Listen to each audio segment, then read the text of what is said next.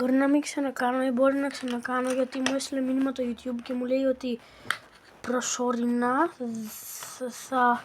δεν θα μπορείς να κάνεις τέτοια, πώς λέγονται, lives. Γιατί το προηγούμενο live που έκανα, μπορεί να έχει καταγγελθεί, εσείς μπορεί να μην το βλέπετε. Το προηγούμενο live που έκανα τότε έγινε χάλια. Ο παππούς μου άρχισε, επειδή ήμουνα στο σπίτι του παππού μου και εγώ έκανα live από το PC μου, όχι από το PC, από το laptop μου, και τότε εκεί και όλη την ώρα μιλούσαν όλοι, επειδή είχαμε μαζευτεί για φαγητό, μιλούσαν και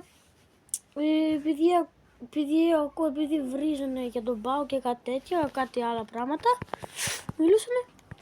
Έφαγα λίγο για προσωρινά, μπαν, για λίγο, bye. Και πάντως όταν ξανανοίξω live, να ξέρετε, σας περιμένει κάτι.